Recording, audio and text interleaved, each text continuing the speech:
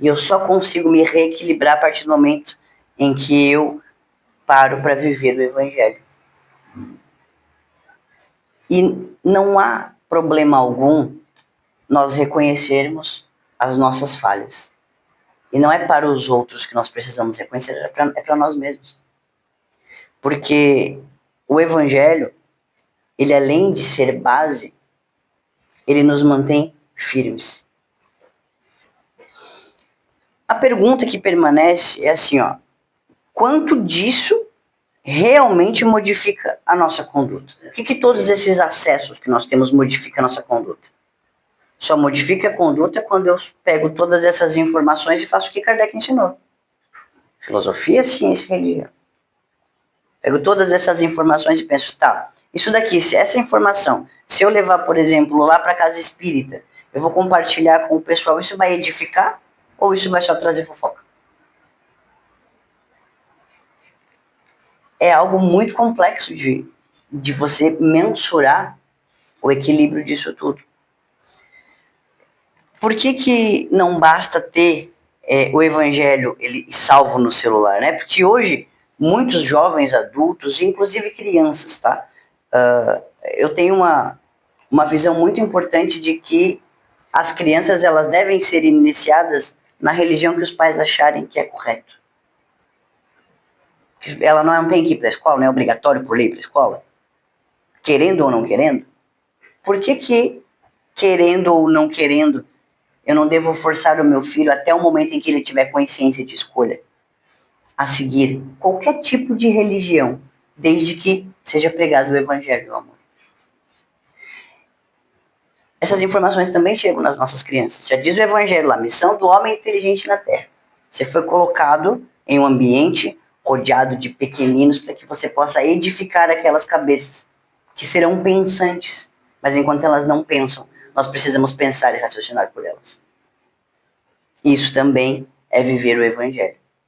Porque Jesus pegou várias pessoas. Ele não saiu escolhendo os mais ricos. Ele não saiu escolhendo os mais corretos. Bem pelo contrário. Ele buscou a galera mesmo ali que era difícil. Só lembrar do espírito de Pedro.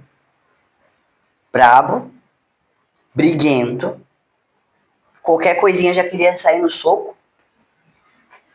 Aí ele pega quem? Os pescadores que andavam com Pedro ali, cobrador de impostos, a adúltera, a prostituta. Aí nós olhamos assim e a gente pensa, bom, então, se Jesus veio para os pequeninos, para os mais fracos, os mal vistos na sociedade, é porque ali ele encontrou uma terra muito fértil para plantar. E o que ele fez? Ele plantou ali o Evangelho. Ele plantou o amor. Ele ensinou. Ele chegou e falou assim, Pedro, você não precisa sair na porrada, meu filho. Não tem necessidade. Você pode ter mais compaixão, baixar um pouco a sua vibração, direcionar para o Evangelho. Quem aqui já assistiu The Chosen, que viu, né, a primeira palestra? Pedro estava lá, estava empolgado. Ele falou assim, não, eu vou lá, eu vou repetir exatamente o que o mestre falou.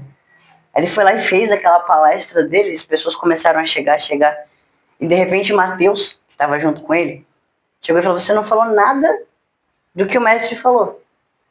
Aí logo chega Jesus e diz, é porque eu não vim para repetir. Eu não ensinei para que seja repetido.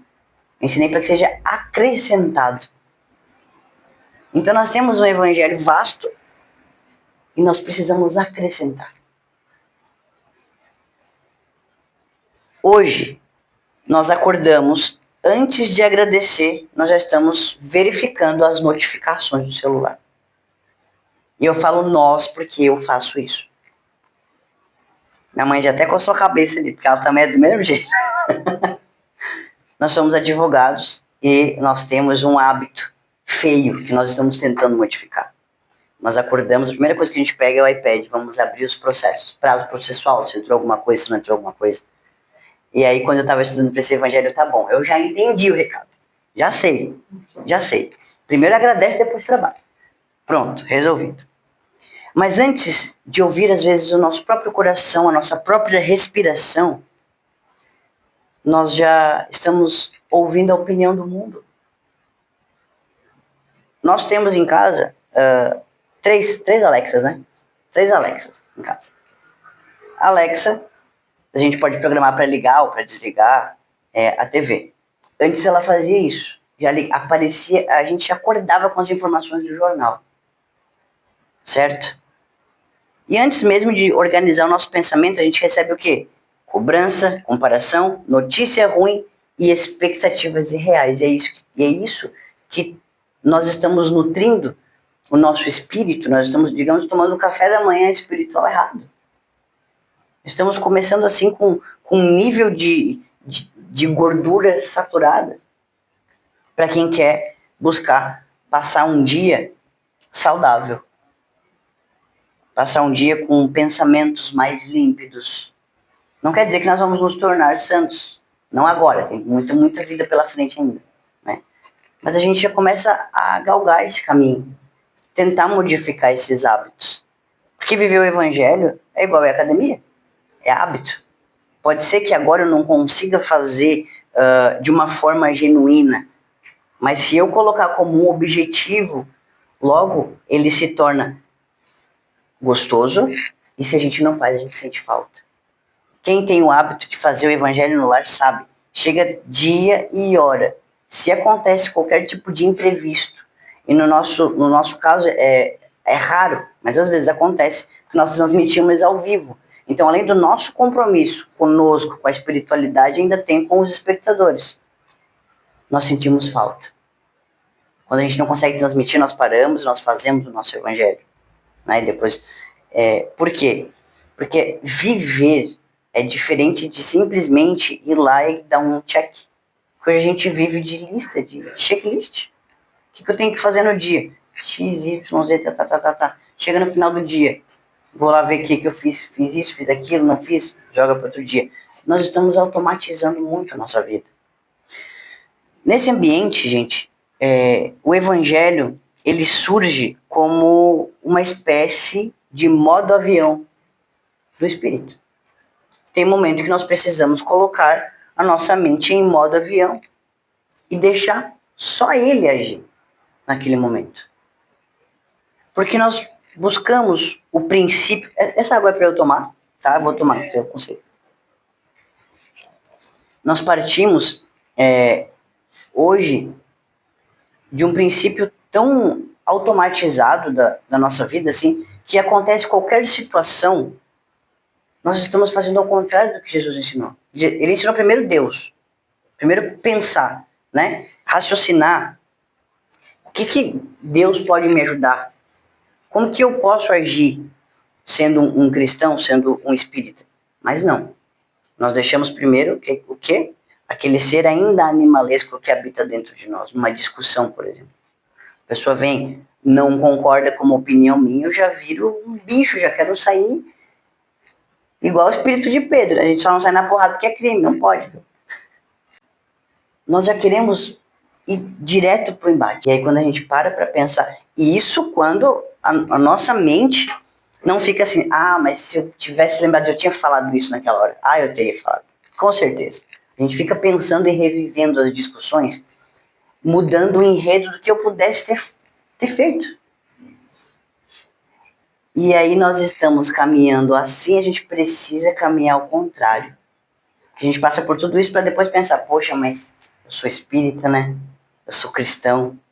A gente tem que fazer o inverso. A hora que acontece, o nosso primeiro ímpeto deveria ser pensar, não, mas peraí, eu sou espírita, eu sou cristão. Eu não vou discutir com a pessoa. Ainda que ela esteja errada, não sou eu que tenho que enfiar na cabeça dela a situação. Eu não sou o portador da verdade. Eu posso esperar um momento menos acalorado para trazer determinadas informações. E Jesus, ele nos ensinou vigiai e orai. Mas não é vigiar a vida dos outros, é a nossa mesmo, tá? Vigiai e orai. E essa recomendação, ela é muito profunda e ela é atual, porque a gente vive desconfiando de todo mundo. Vigiar não é desconfiar de todo mundo. Tem na lei, no direito, o princípio, que inclusive nós estávamos conversando sobre isso hoje. Todo mundo é inocente até que se prove o contrário.